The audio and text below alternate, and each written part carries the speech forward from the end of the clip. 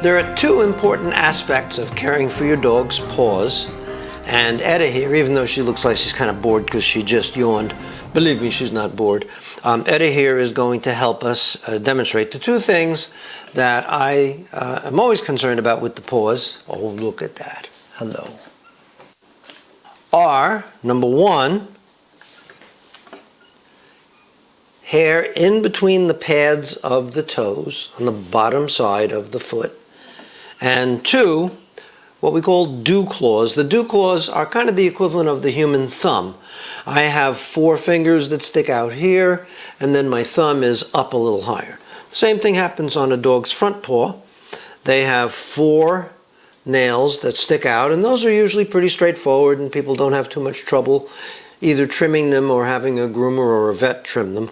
But then up a little higher is another claw called a dew claw. And that one can cause a lot of problems because the front claws will be making contact with the ground whenever the dog is walking. And if the dog walks on cement or brick or something like that, it's going to kind of naturally file down those claws. But the dew claw only makes contact when the dog makes a hard landing or a sharp turn running, not going to be used all the time. And therefore it can grow, and it can grow right around in a circle, and that can be dangerous. We used to remove dew claws when puppies were very young, but there are a lot of detrimental aspects to that, so we don't do that anymore. Most of us anyway don't do that anymore. So let me show you those two things close up. To take care of the hair on the underside of the paw in between the pads, the easiest way to do it is with a little electric trimmer. I just use a little ordinary beard and mustache trimmer. It works just fine. You don't have to get anything special. Some dogs don't like the feeling. Let's see how Etta does. I go against the grain, so I'm going to be going from the front of the paw in. And that comes off pretty nicely. She's a little skittish about it. If you have a dog that's skittish, you can just take an ordinary pair of scissors, make sure that they are good and sharp. Be careful that when you're making the cut, the only thing that's in between the blades of the scissors is that hair that's growing out from between the pads.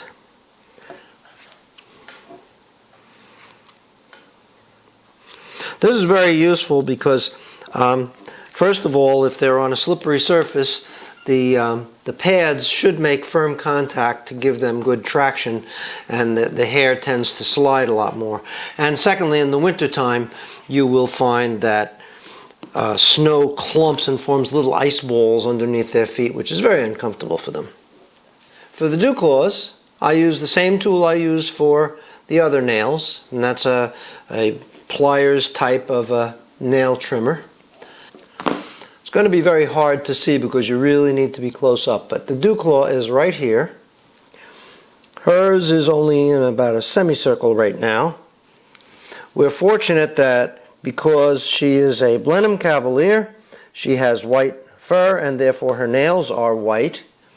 So I can see where the white part of the nail ends and the pink quick begins. If you cut into the quick, it'll hurt the dog a little bit and it'll cause a little bit of bleeding. It's not really the end of the world, but it's something we want to avoid.